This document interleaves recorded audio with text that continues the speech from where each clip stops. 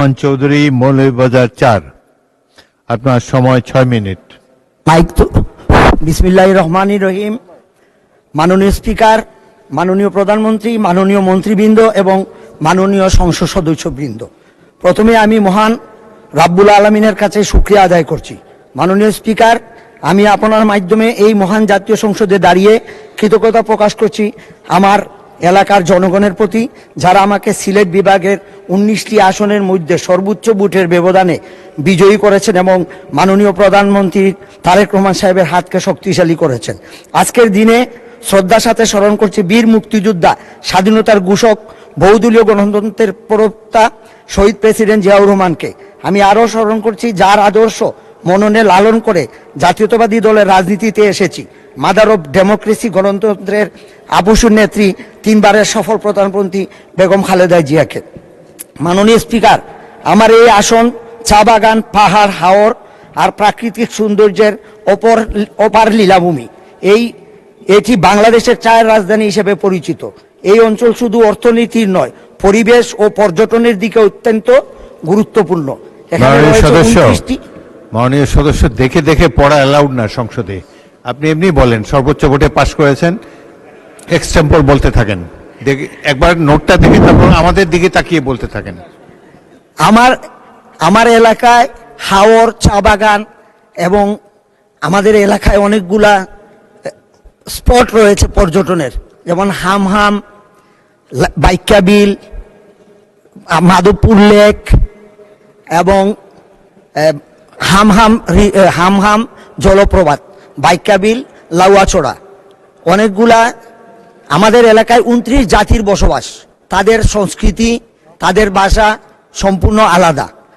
আমরা তাদের ভাষা এবং সংস্কৃতিকে সংরক্ষণ করা আমাদের উচিত। আমার এলাকায় পর্যটনের সুবিধার জন্য একটি পর্যটন ট্রেন চালু করলে খুবই ভালো হয়। এবং সিলেট এলাকায় আখাউড়া থেকে সিলেট পর্যন্ত ট্রেন লাইন অত্যন্ত পুরাতন এবং অনেক সমস্যা। আমার মনে হয় যে কোনো সময় অ্যাক্সিডেন্ট হইতে পারে। এই বিষয়ে সরকারের পদক্ষেপ নেওয়া প্রয়োজন। আমার পর্যটন এলাকার জন্য আমি একটি মাস্টার প্ল্যান চাই, যাতে আমাদের এই এলাকায় যেহেতু বিভিন্ন জাতিগোষ্ঠী, মণিপুরি, খাসিয়া, ত্রিপুরা, অনেক ধরনের জাতির বসবাস, 29 জাতির বসবাস, তাদেরকে দেখার জন্য অনেকেই এটাকে বিদেশিদের অনেক আকৃষ্ট এই এলাকায়। তো সেই জন্য আমি এই এলাকায় পর্যটনের একটি মাস্টার প্ল্যান চাই। আমার এলাকায় শমশনগরে একটি যুদ্ধ বিধ্বস্ত বিমান ঘাঁটি আছে। আমরা এই বিমানকে পুনরায় চালু করার জন্য আমি পর্যটন মন্ত্রীর কাছে আকুল আহ্বান জানাই। সম্মানিত মাননীয় স্পিকার,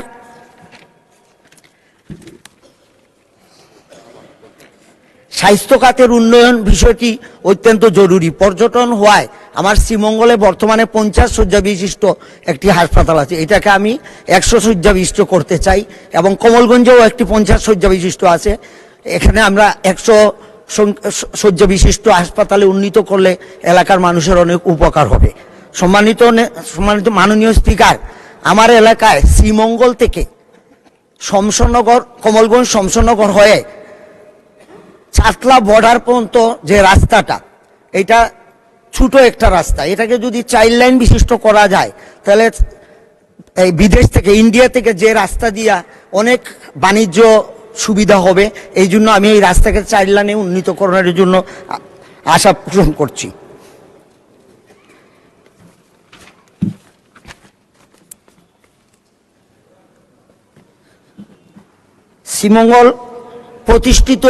শ্রীমঙ্গলে একটি প্রতিষ্ঠিত দ্বিতীয় চা নিলাম কেন্দ্রটি পুনরায় চালু করার জন্য অনুরোধ করছি। কারণ ফেসিবাদের আমলে আমার এই এলাকায় চায়ের একটি নিলামের জায়গা ছিল, কিন্তু সেটাকে তারা খাটিয়ে চিটাগাঙে নিয়ে গেছে।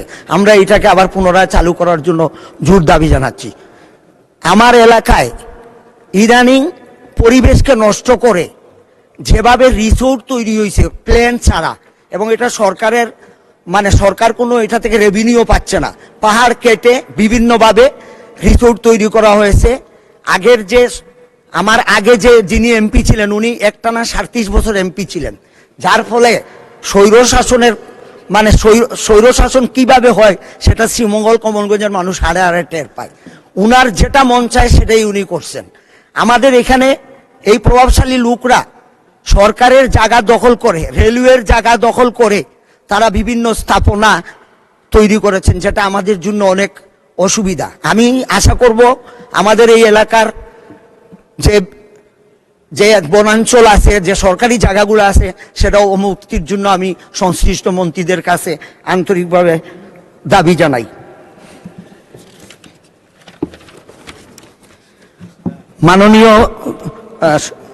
মাননীয় স্পিকার, আমার এলাকার চা শ্রমিকের জীবনমান অত্যন্ত নিম্ন। আপনি যে মজুরি তারা পায়, এটা দিয়ে সংসার চলার কোনো অবস্থাই সম্ভব না। তাদের এই মজুরি এবং তাদের সামাজিক উন্নয়ন কাঠামো আমি আপনাদের মাধ্যমে সংশ্লিষ্ট মন্ত্রী মহোদয়কে জানাইতে চাই, তাদের ব্যাপারে একটু দেখা দরকার।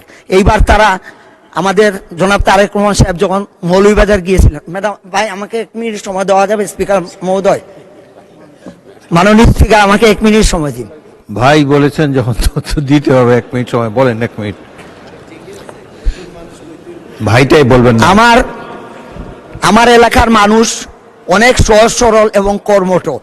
জনাব তারেক রহমান সাহেব যখন আমাদের মৌলভীবাজারে গিয়ে বলেছিলেন, তখন তারা উনার কথা মননে লালন করে বিপুল ভোটের মাধ্যমে আমাদের মৌলভীবাজারের 4টা আসনকেই তারা পাশ করিয়েছে। এই জন্য আমরা তাদের কাছে ঋণী। আমি চাই চা জনগোষ্ঠীর উন্নয়ন হোক এবং নিগোষ্ঠীর উন্নয়ন হোক। আমাদের এলাকা পিছিয়ে পড়া এলাকা, 55 বছর আওয়ামী লীগ শাসন করছে, কোনোদিন বিএনপি এখানে ক্ষমতায় যাইতে পারে নাই। সেই জন্য আমি আশা করব, উন্নয়ন থেকে আমরা অনেক পিছে, আমাদের রাস্তাঘাট কোনো কিছু নাই বললেই চলে। এই এক ব্যক্তির শাসনের কারণে আমাদের এলাকায় উন্নয়ন হয় নাই। মাননীয় স্পিকার, আপনাকে অশেষ ধন্যবাদ। আমি আমার বক্তব্য এখানে শেষ করছি। আসসালামু আলাইকুম।